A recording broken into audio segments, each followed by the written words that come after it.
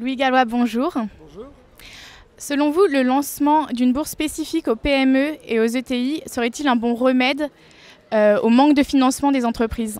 Il est certain qu'avec le retrait relatif des banques du fait des nouvelles règles prudentielles, il va falloir que les entreprises puissent accéder directement au marché financier.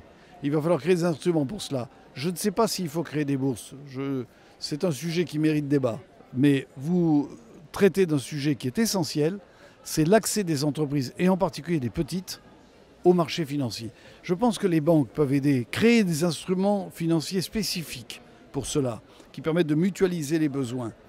Je pense également qu'à travers la Banque publique d'investissement, l'État a son rôle à jouer. Mais peut-être aussi, la solution que vous proposez, je n'ai pas un avis définitif sur ce sujet. Je sais qu'en Allemagne, ils sont en train de réouvrir les banques régionales.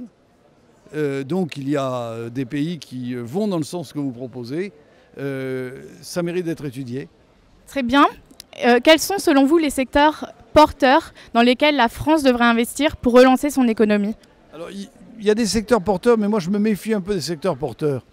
Hier, j'étais à Marseille et j'ai rencontré une entreprise du textile technique, Tuam, qui est une entreprise en plein développement, qui invente, qui dépose des brevets, qui se développe à l'international, dans un secteur que l'on considère a priori en France comme un peu du passé.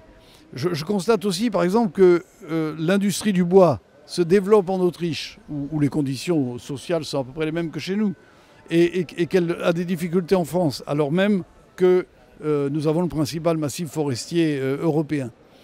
Ceci étant dit, il ne faut pas pousser le paradoxe trop loin. Il y a des secteurs qui méritent une implication, un investissement particulier. Vous avez tout le secteur de la santé qui est en pleine évolution.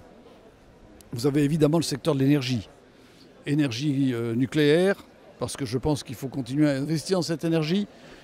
Énergie fossile, certaines, pourquoi pas le gaz de schiste. Je crois qu'il faut au moins que l'on explore ce sujet, que l'on se donne les moyens d'avoir une analyse claire des risques et des potentiels de gaz de schiste.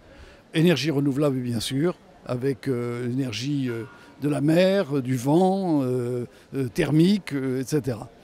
Vous avez le secteur des transports. Alors évidemment, je plaide pour une paroisse que je connais particulièrement bien, soit le chemin de fer, soit l'avion, mais aussi l'automobile de demain. L'automobile de demain, c'est l'automobile électrique, l'automobile hybride, l'automobile avec des aides au pilotage encore renforcées. On peut énumérer un certain nombre. Il y a bien sûr tout ce qui concerne l'économie verte, tout ce qui concerne la maison basse énergie. Ce sont des secteurs où il faut que nous investissions, sans considérer néanmoins qu'il y a des industries condamnées. Très bien. On ne refera pas des t-shirts en France, ou très peu. Mais ça ne veut pas dire que le textile, je vous l'ai dit, soit une industrie condamnée. Très bien. Et dernièrement, pensez-vous que l'entreprise doit avoir une démarche de solidarité sociale et citoyenne, notamment à travers des œuvres de mécénat ou de parrainage? Il faut être prudent dans ce domaine, parce qu'il ne faut pas que ça devienne une opération de communication. Je crois que ce qui marche le mieux, ce qui me paraît le plus porteur, c'est ce qui mobilise les personnels de l'entreprise. C'est de faire des mécénats qui véritablement, ou des actions de solidarité en faveur des quartiers sensibles, de la réinsertion, qui mobilisent les personnels de l'entreprise.